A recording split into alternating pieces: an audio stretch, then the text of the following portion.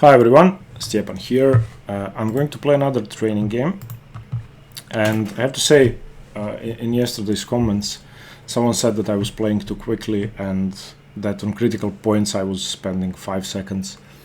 I agree, and I'm sorry for that. I shouldn't be playing quickly and carelessly, and I definitely need to concentrate more. Sometimes it's hard to concentrate when I talk and record, but I will try to play better. We have a Caro-Kann, and I don't know what to play. So I've been playing the classical, the fantasy, the advance, the exchange, the Panov. I'm going to play the exchange this game. I like the exchange variation. So the thing about this opening is that bishop control of central squares, so the control of f4 and the control of g4 is sort of key. So white shouldn't develop his knight too early. Sometimes white even plays h3 to prevent bishop g4. Excuse me. So my opponent plays g6. In this setup, and I've played this in one tournament game, black plays bishop f5 and white shouldn't take on f5, because then black has great control over e4, in which case white would have to play f3 to stop knight f6, knight e4. So his bishop is going to g7. His next move is probably either bishop g7 or bishop f5.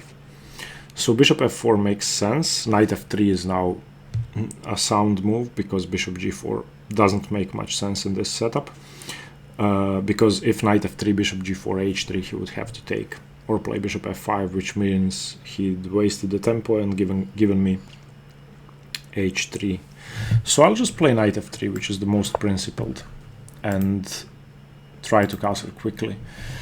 Again, I'll try to concentrate more in this game. I won't be talking about random things, and I'll try to just play good moves. Yesterday's game was full of blunders. Okay, so now rook e1 makes sense to control e4. He probably plays bishop f5, which strengthens the control over e4. And then after bishop f5, bishop f4, okay, he castles first, which is good news, because if he'd played bishop f5, I wouldn't have had time for h3 and bishop f4. The problem with bishop f4 now is that he has knight h5, in which case I either play bishop g3, give up the bishop pair, which I don't want to do, or I retreat the bishop, which I don't want to do either. The thing is, I want to be able to play knight b to d2 to control e4 without blocking in my bishop. So I will play h3, and after bishop f5, I will play bishop f4. And when he takes, if he jumps into e4, I'm not going to be giving up the exchange. I will have knight b to d2. So I don't really know. Okay, so he plays what I thought he would play. Wait, can he play knight e4 now? After bishop f4. Bishop f4, knight e4, knight b to d2. He could then take knight takes f2, and after king takes f2, bishop takes d3.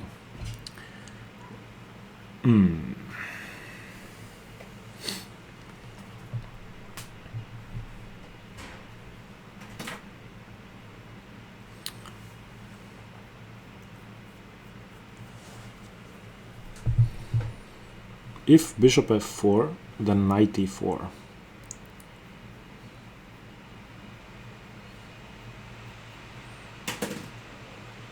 I could then play knight h4, chase his bishop away, and then take. Okay, so that works. After bishop f4, if knight e4, I don't play knight bd2, blundering a pawn away. I play knight h4, chasing the bishop away. And if he moves the bishop, I win a pawn. And he has nothing to take on f2. And if he doesn't play knight e4 now, then I play knight b to d2 and control the e4 square sufficiently. So this is becoming a very interesting strategic battle in one of my favorite openings.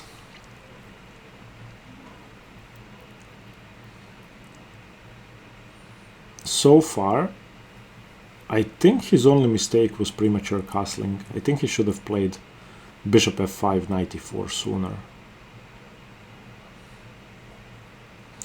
Yeah, I'm not gonna play knight bd2 losing my bishop, sorry.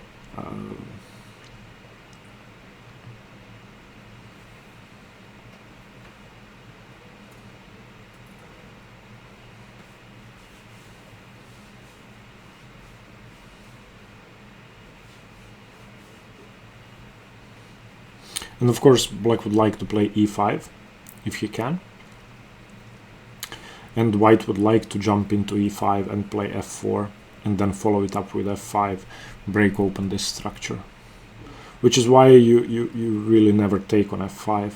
Taking on f5 is a dreadful mistake. And I've had that played against me. People take on f5 and then simply have nothing to do against black's control over e4. Also f3 is hard to play with the knight on f3.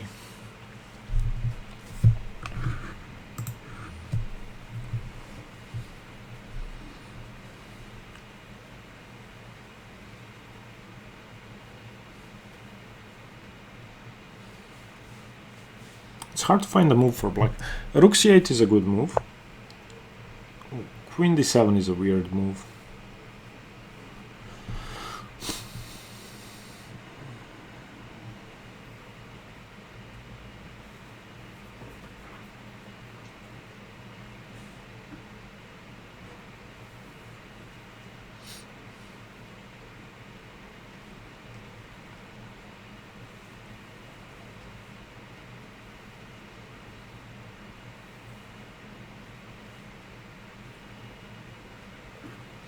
I don't want to play knight h4 because he takes on d3.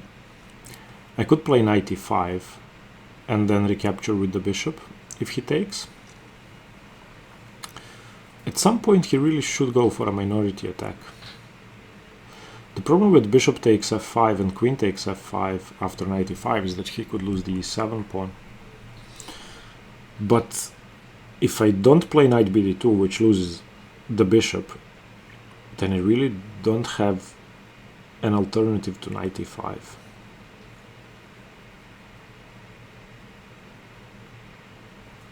So I will play knight e5. I think that's a good move.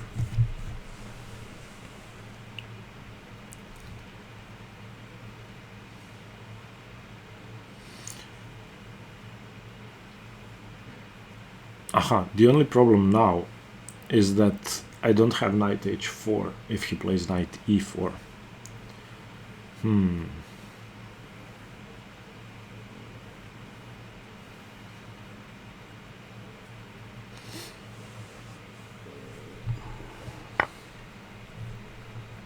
Okay, my intention was to take with the bishop, so I will take with the bishop. And now if knight e4, I could play f3 after I take on g7. Again, knight bd2 would lose a pawn to knight takes f2, king takes f2, bishop takes d3.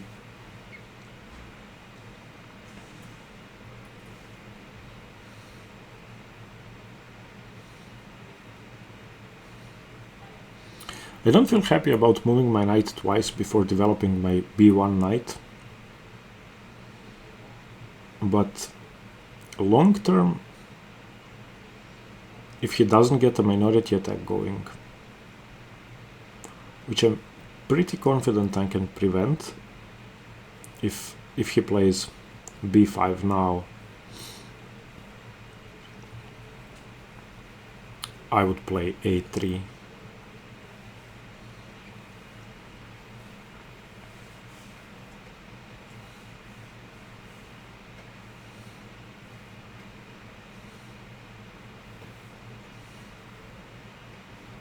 This is a very complex game. I wish I had an hour on the clock. This would be a really interesting tournament game. Okay, rook e8. I'm happy that he didn't play knight e4.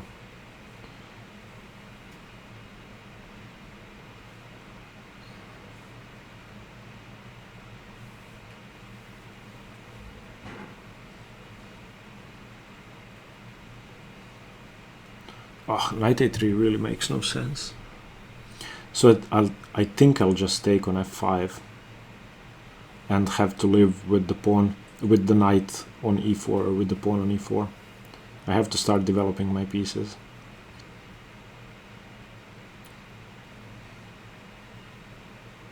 Okay, knight a3 is one move, knight bd2 is not an option, bishop f6 is not an option. I don't want to give up my dark squared bishop.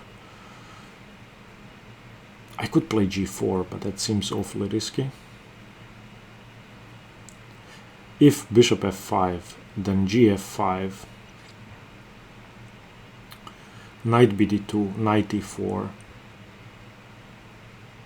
knight takes, f takes. And what's that structure like? I would take on g7 first, though. I don't know, I think it should be okay. Oh, he takes with the queen. Oh, nice. Okay, now everything should work out for me. Since he took with the queen, he doesn't have knight e4, and my position is okay. Now I go for rook e3, rook f3, queen f3. Yeah, now everything works. The reason why I play bishop f5 is to gain control over e4. And if you don't gain control over e4, then you didn't accomplish much.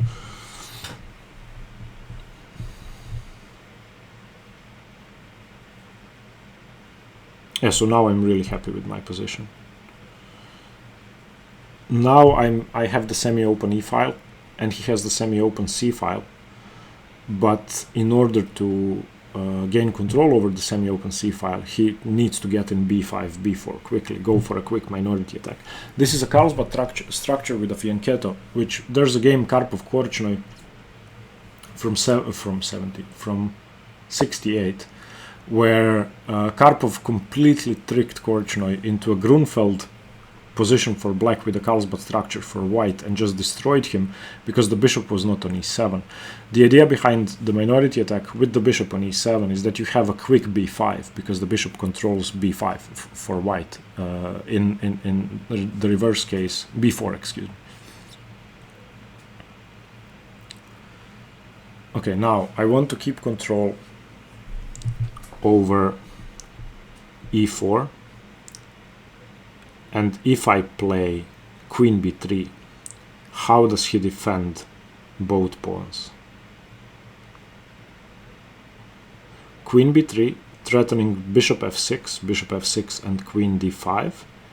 Also threatening queen takes b7, rook b8, queen takes a7, rook takes b2, winning a pawn.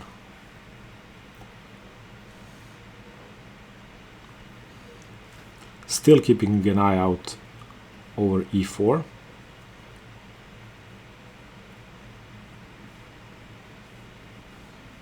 Okay. The only problem I have with queen b3 is what if he plays queen d3? Queen b3, queen d3, bishop f6, knight f3, e6, rook a to d1, queen f5, queen takes b7, rook b8, queen takes a7, rook takes b2.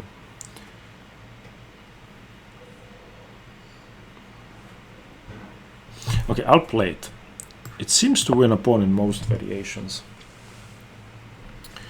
It also prevents b5, because if b5 now, then queen b5, rook b8, queen a5, rook b2, bishop f6, Ah, then I don't have... Oh, okay, I have rook e5, attacking the queen, attacking the pawn, and if queen d7, then rook takes d5. So I'm pretty sure this wins a pawn. Maybe not straight away.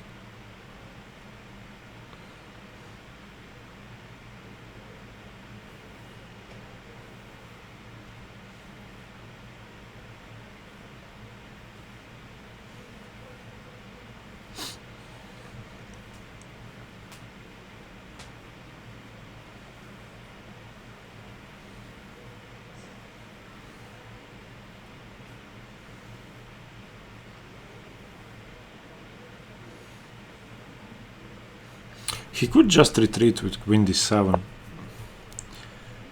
Wait.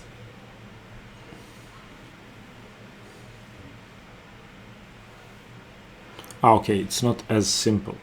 Because now if I take on f6, he takes with the bishop, I play rook e5, he plays queen d3.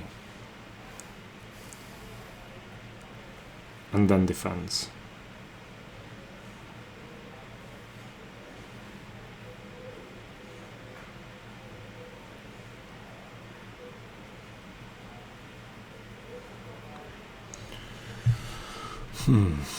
So I should play rook a to d1 first to just defend my knight.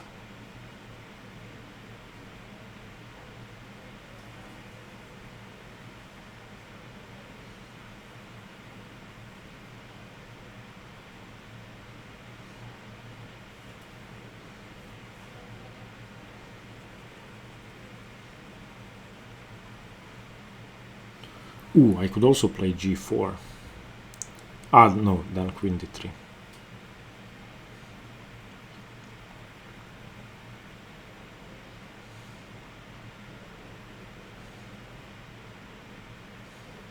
Okay, rook a to d1. I need to stop queen d3.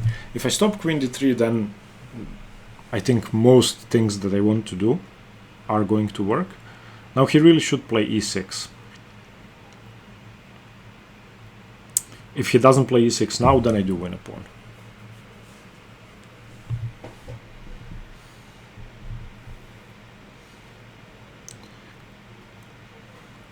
Because if he tries, let's say, knight d7, then bishop g7, king g7, queen a3, attacks a7, attacks e7 twice.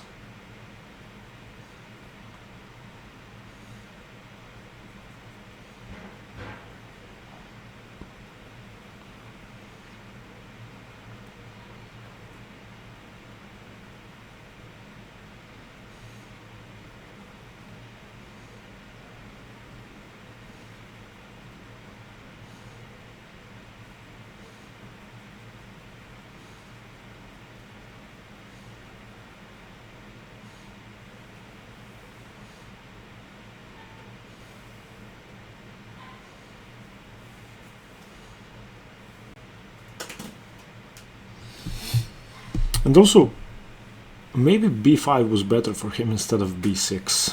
At least he could have taken on b2. Now it's very hard to get his minority attack going because he would have to play a6 to play b5. And then b6 is hanging. I love the Exchange Caro-Kann. It's such a rich opening. As opposed to the Exchange French, which gets sort of boring, the Exchange Caro-Kann is always full of tricks and traps, and there are always things to do. Wow. Wow.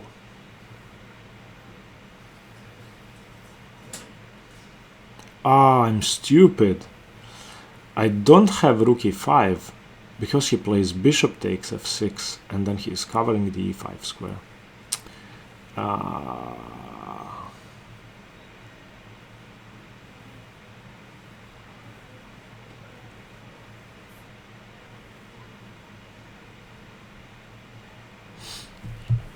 Okay, let's say I play g4 now.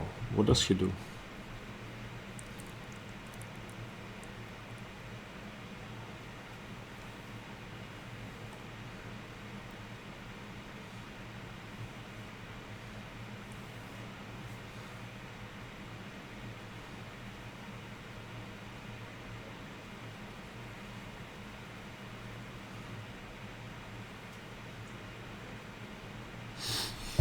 If knight f3, he plays knight e4.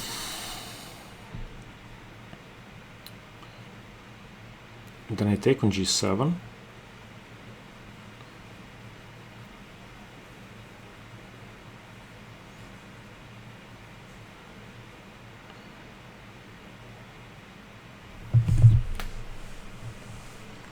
I did not expect g5.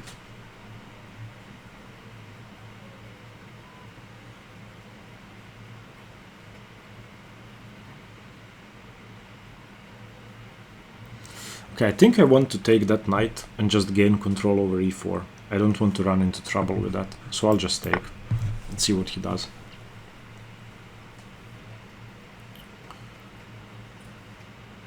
I was stupid looking at rook e5. He just takes with the bishop, controls e5. I think a knight is better in this position than a bishop. Now I'm not running into issues on e4. And I could just continue my attack. He probably plays e5 next move. So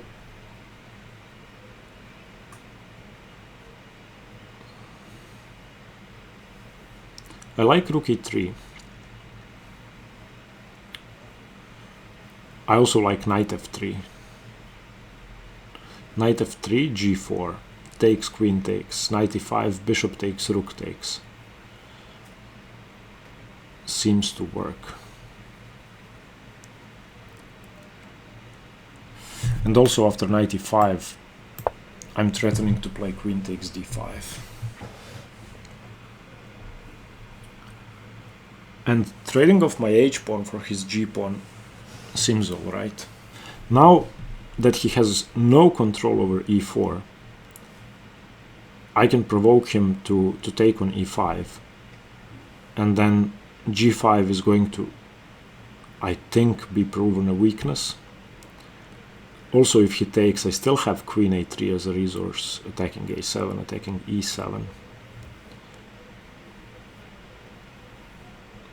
Well, one thing is for sure, my pawn structure has 0 weaknesses. His pawn structure has 3, d5, g5, and a7, and e7, so 4.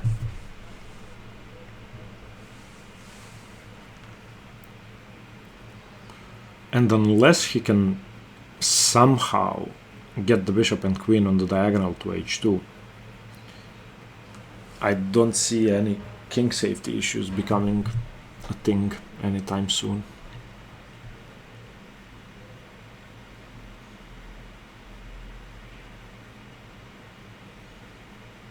I see time trouble becoming an issue. It's such a relief when you can play knight f3 without having to survive knight e4 from your opponent.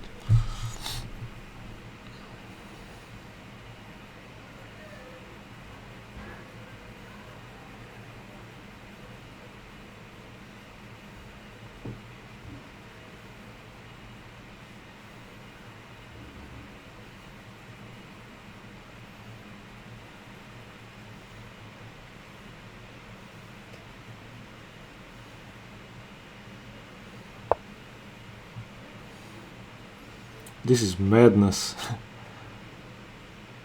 This is complete madness. I don't see where his attack is going. I'm controlling everything and he cannot take my knight. Also, he has issues on f7, so I have rook e4 tricks. Not immediately, but...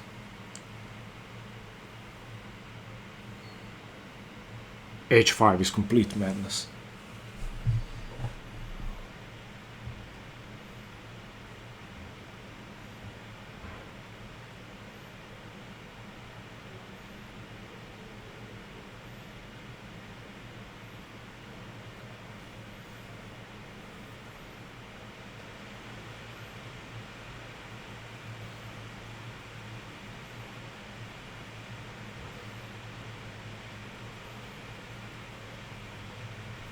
What does he gain with h5? My next two moves are going to be rook e3 and rook d1. And then if g4 comes, takes, rook g3. d5 is hanging, so he has to play e6. And I think I get in rook e3 for free. Because if he plays g4 now, I takes, and queen d5.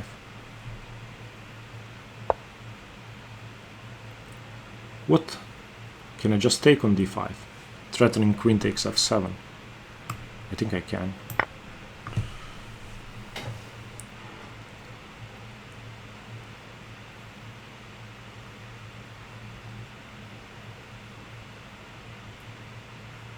He doesn't have any tricks. He cannot play f6, attacking my knight and winning my queen.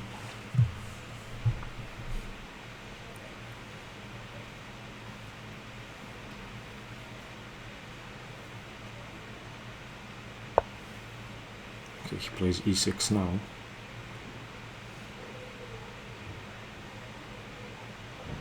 Okay. Everything seems to be working, so queen f3. Unless he has queen c2. But I don't think he has queen c2.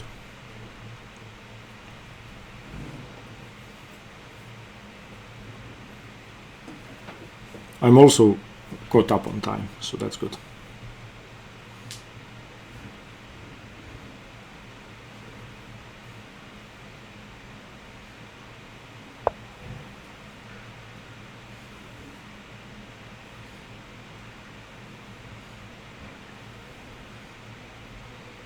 Okay. Queen c2 is still an issue.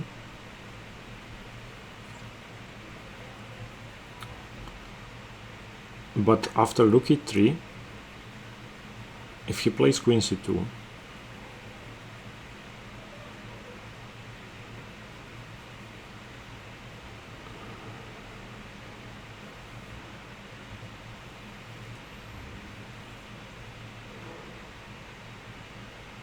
I don't want to allow queen c2. Rook e3, queen c2, queen e2. He has g4, h takes. Now against g4, I really don't want to open up the h file because he will have rook h8. So I will play queen e4 to prevent queen c2 and to make sure that I don't have to, open up the h file.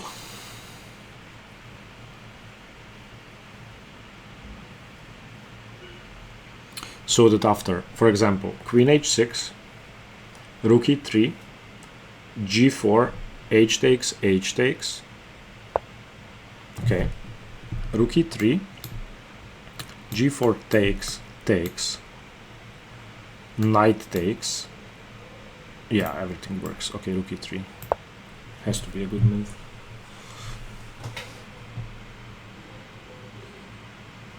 He doesn't have time for bishop g5 because I win the queen.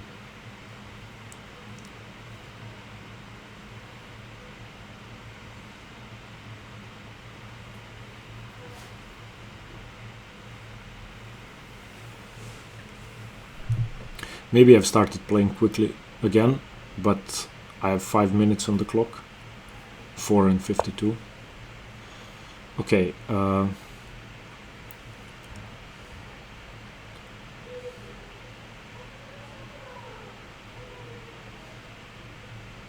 So now all I have to make sure is that I don't get mated. So now king f1, and if g4 comes, I just take twice, and no problem. So king f1, just getting away from any danger on the h file. Now that's not checkmate, my queen defends g2, and everything works. No tricks. g4 would just lose a pawn here.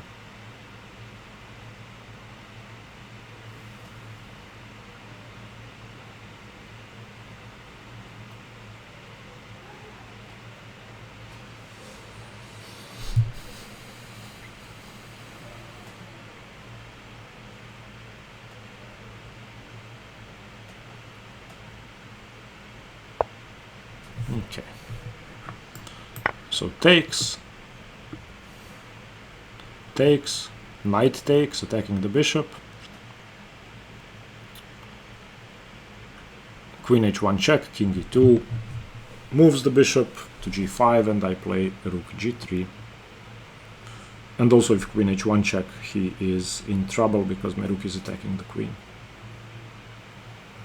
And also, I don't even have to take with the knight, I can just take with the queen.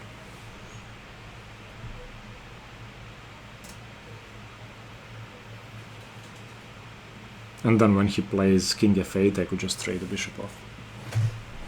Yeah, this is completely winning. His trick on the H file didn't work.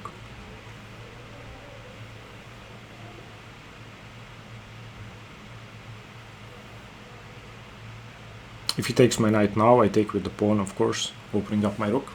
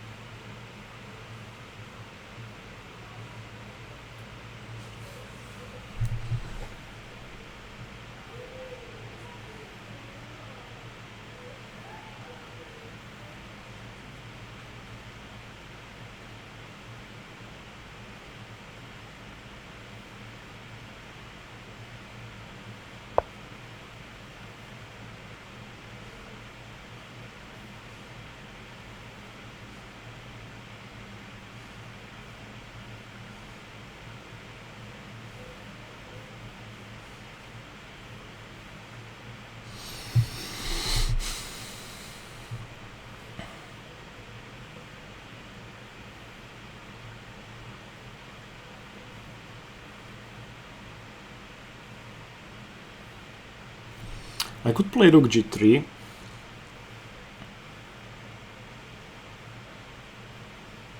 But then h4.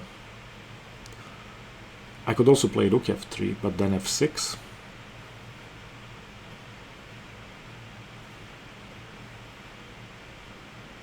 I like rook g3. It seems like a strong move.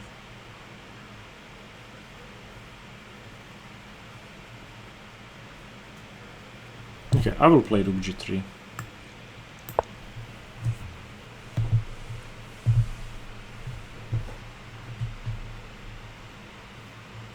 Because if he plays bishop f4 now, then I can play rook f3. And if he retreats the bishop, I take on f7. If he takes my knight, I take with the queen.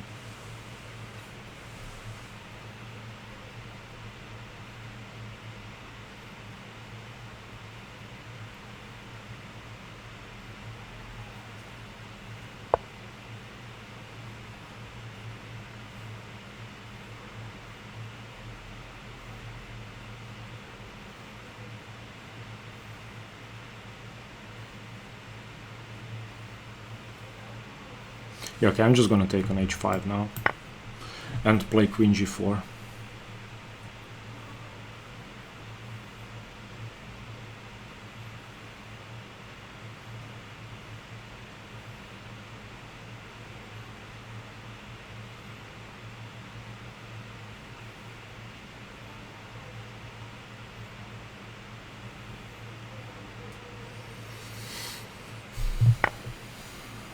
Queen g4, queen h1, queen e2. He cannot play queen h1 because he would lose the bishop or the queen.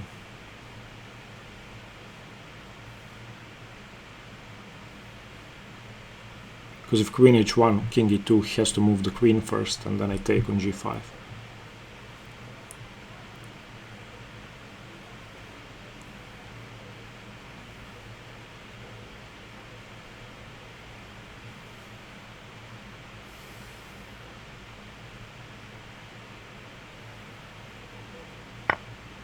Okay, he takes. Now, this is a critical moment. What do I take with? He will play f6 in any case.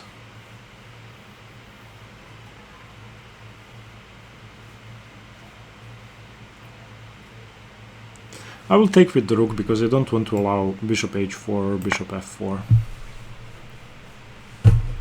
And then if he plays f6, I'm going to play knight f3.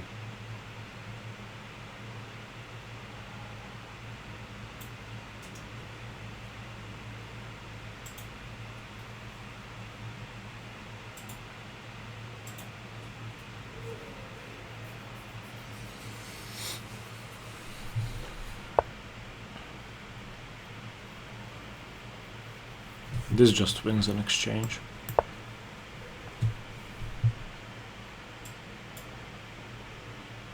Or trades off pieces, because if king f5, I'm going to take on g5 first. Okay, he resigns. Okay, I think this was a good game. I don't think I made too many mistakes, if any. The analysis is going to be up on Thursday. I'm happy. It's an opening, I know, and I don't think I messed up too much. The only interesting thing is, what if he had played bishop f5 instead of castles very early on? Okay, we will see. Thank you very much for watching. Hope you liked the game. Hope you learned something, and stay tuned for more chess. Bye bye.